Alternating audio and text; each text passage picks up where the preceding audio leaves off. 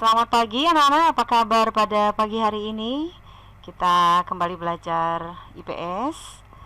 Masih di bab 3 bagian B, mengembangkan ekonomi kreatif berdasarkan potensi wilayah untuk meningkatkan kesejahteraan masyarakat, di mana bab 3 berjudul ketergantungan antar uang dan pengaruhnya terhadap kesejahteraan masyarakat. Baik, yang pertama adalah pengertian ekonomi kreatif. Ekonomi kreatif merupakan sebuah konsep ekonomi baru yang mengandalkan gagasan, ide, atau kreativitas dari sumber daya manusia sebagai faktor produksi utama dalam kegiatan ekonominya. Badan Ekonomi Kreatif adalah lembaga pemerintah non-kementerian yang berada di bawah dan bertanggung jawab kepada Presiden melalui menteri yang membidangi urusan pemerintahan di bidang pariwisata. Badan Ekonomi Kreatif merupakan badan yang pertama kali dibentuk oleh Presiden Joko Widodo melalui Peraturan Presiden Nomor 6 Tahun 2015. Ada 16 subsektor dari industri kreatif, di mana yang pertama adalah aplikasi dan pengembangan permainan, arsitektur, desainer interior, desain komunikasi visual, produk, fashion, film, fotografi, kriya, kuliner, musik, penerbitan, periklanan, seni pertunjukan, seni rupa, televisi, dan radio. Yang kedua, upaya meningkatkan ekonomi kreatif di sini diatur di Undang-Undang Dasar 1945 pasal 33. Mengenai pasal ini di LKS sudah ada penjelasan anak-anak ya. Beberapa strategi tersebut juga antara lain menyiapkan insentif untuk memacu pertumbuhan industri kreatif budaya. Lalu kalau tadi kita lihat bagian B tentang pengertian industri kreatif, kita akan lihat bagian C, memanfaatkan persaingan sebagai peluang meraih keunggulan ekonomi bangsa. Di sini ada dua teori. Yang pertama adalah teori perdagangan yang dikemukakan oleh Adam Smith. Adam Smith berpendapat bahwa perdagangan antara dua negara terhadap dua jenis barang akan terjadi jika masing-masing negara memiliki kekuatan dalam memproduksi barang tertentu. Ya. Lalu menurut David Ricardo, perdagangan internasional akan terjadi apabila ada perbedaan keunggulan komparatif.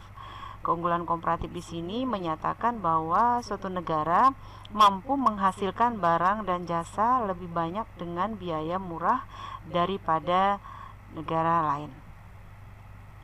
Baik, kalau tadi C kita sudah lihat bagaimana tentang dua pendapat ya, tentang dua tokoh ya, tentang perdagangan internasional. Sekarang kita akan lihat di D, pengembangan pusat-pusat keunggulan ekonomi untuk kesejahteraan masyarakat. Yang pertama adalah pusat-pusat keunggulan ekonomi kita di Indonesia. Di sini pengelolaan dari pusat keunggulan ekonomi yang ada di Indonesia bisa dikelola sendiri dan ada yang dikelola oleh perusahaan atau investor asing. Berikut beberapa contoh pusat keunggulan ekonomi yang ada di Indonesia. Yang A adalah PT Freeport Indonesia, sebuah perusahaan afiliasi dari Freeport. Di sini kita lihat termasuk dia adalah MC McLaren Copper and Gold ya Incorporation. Lalu PT Freeport Indonesia di sini termasuk untuk menambang, memproses dan melakukan eksplorasi terhadap biji yang mengandung tembaga, emas dan perak. Beroperasi di daerah dataran tinggi di Kabupaten Mimika, Provinsi Papua, Indonesia. Itu yang pertama. Yang kedua adalah perusahaan tambang minyak negara. Kita bisa melihat dari sejarah bahwa jauh sebelum Perang Dunia Kedua dan Perang Kemerdekaan Indonesia, perusahaan-perusahaan minyak asing telah membangun kilang minyak di beberapa tempat di Indonesia seperti Wonokromo, Pangkalan Brandan, Cepu, Balikpapan, Pelaju, dan Sungai Gerong. Baik anak-anak, yang bagian D masih yang tadi keunggulan ekonomi Indonesia. Yang bagian C adalah batik Indonesia. Batik merupakan salah satu hasil ekonomi kreatif yang dikembangkan Indonesia sejak dulu. Batik yang terkenal di Indonesia berasal dari Surakarta, Yogyakarta, dan Pekalongan. Batik merupakan salah satu keunggulan ekonomi yang dimiliki oleh Indonesia yang mampu menembus pasar internasional dengan ciri khas tertentu. Baik, di sini kita lihat yang kedua itu kan pengaruh pusat keunggulan ekonomi ya. Jadi kita bisa melihat yang pertama yaitu adalah migrasi penduduk. Jadi kalau yang kita lihat yang pertama tadi adalah bagaimana anak-anak lihat pusat-pusat keunggulan ekonomi ya. Lalu yang berikutnya kita lihat di sini yang kedua adalah pengaruh pusat-pusat keunggulan ekonomi. Jadi dengan pusat-pusat keunggulan ekonomi ada pengaruhnya. Di sini yang pertama migrasi penduduk. Apa yang dimaksud dengan migrasi penduduk? Migrasi adalah perpindahan penduduk dari satu tempat ke tempat lain atau dari satu negara ke negara yang lain.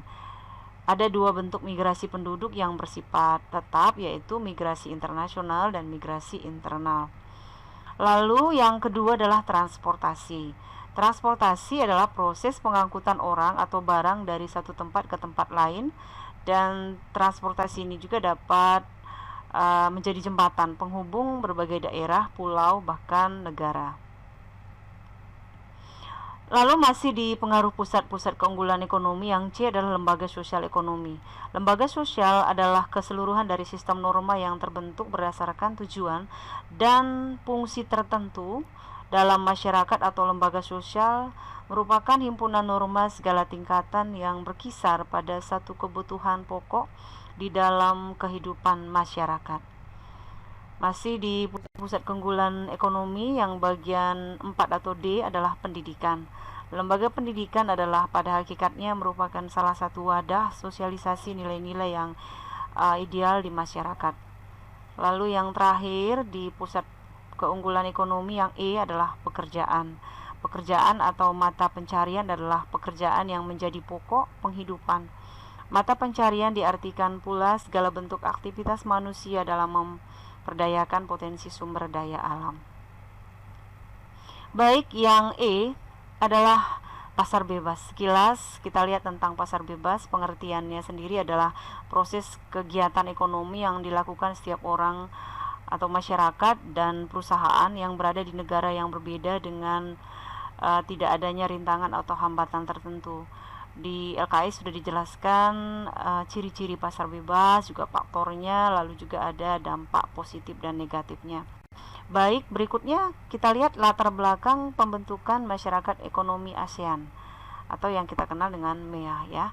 Merupakan suatu bentuk integrasi ekonomi dengan cara membentuk sistem perdagangan bebas antara negara-negara anggota ASEAN. Mengenai ASEAN ini di kelas 8 ya, materi kelas 8 sudah dijelaskan anak-anak ya. Lalu yang berikutnya, yang bagian B adalah ASEAN Free Trade Area atau yang kita kenal dengan AFTA. Ini merupakan kawasan perdagangan bebas di Asia Tenggara, dibentuk dalam KTT ASEAN yang keempat pada tahun 1992 di Singapura. AFTA merupakan kesepakatan yang dibuat oleh negara-negara anggota ASEAN untuk menciptakan suatu kawasan perdagangan bebas. Lalu yang C adalah Asia Pacific Economic Corporation. Ini merupakan forum kerjasama ekonomi negara-negara kawasan Asia Pasifik, dan ini berdiri pada bulan November 1985 di bendera atas prakarsa Perdana Menteri Australia yang bernama Bob Hawke ya. Lalu berikutnya adalah yang D, yang keempat itu Uni Eropa. Uni Eropa atau European Union atau sebelumnya disebut dengan European Community, merupakan institusi internasional negara-negara Eropa. Tugas IPS Selasa 2 Februari 2021, anak-anak akan mencari salah satu artikel atau berita di media cetak atau elektronik ya. Di sini sumbernya bisa internet tentang industri kreatif. Pilihlah salah satu subsektor yang ada di LKS halaman 85. Ada 16 subsektor industri kreatif. Lalu artikel atau berita tersebut dilengkapi dengan gambar. Tugas tersebut dipoto dan dikirim ke Google Classroom. Saat anak-anak mengerjakan tugasnya, jangan lupa tulis nama, kelas, dan nomor absen di lembar tugasnya. Itu semua untuk memudahkan ibu juga untuk meriksa tugas anak-anak. Baik anak-anak, jikalau ada pertanyaan mengenai tugas ini, boleh chat ibu, sehingga tugasnya akan jelas bagi anak-anak. Terima kasih atas perhatian anak-anak pada pagi hari ini, dan anak-anak selalu ibu ingatkan untuk tetap Semangat belajar dan salam sehat untuk kita semua. Anak-anak tetap mengikuti protokol kesehatan dan juga anak-anak tetap bisa belajar dengan baik.